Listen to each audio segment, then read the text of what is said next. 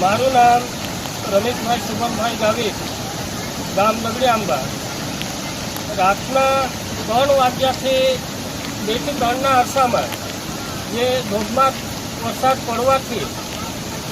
અમારું ગામના નજીક અમારા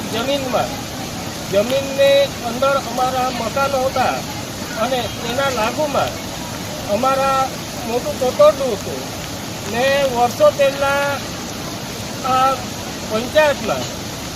ને મારા વતી સંરક્ષણ દિવાલની માગણી કરે, છતાં પણ એ સંરક્ષણ દિવાલ અમે ઘણી વખત ગ્રામ પંચાયતમાં અમે રજૂઆત કરી કે સાહેબ અમને ગ્રામ પંચાયતના ઠરાવ અનુસાર અમને આ સંરક્ષણ દિવાલ મળવી જોઈએ,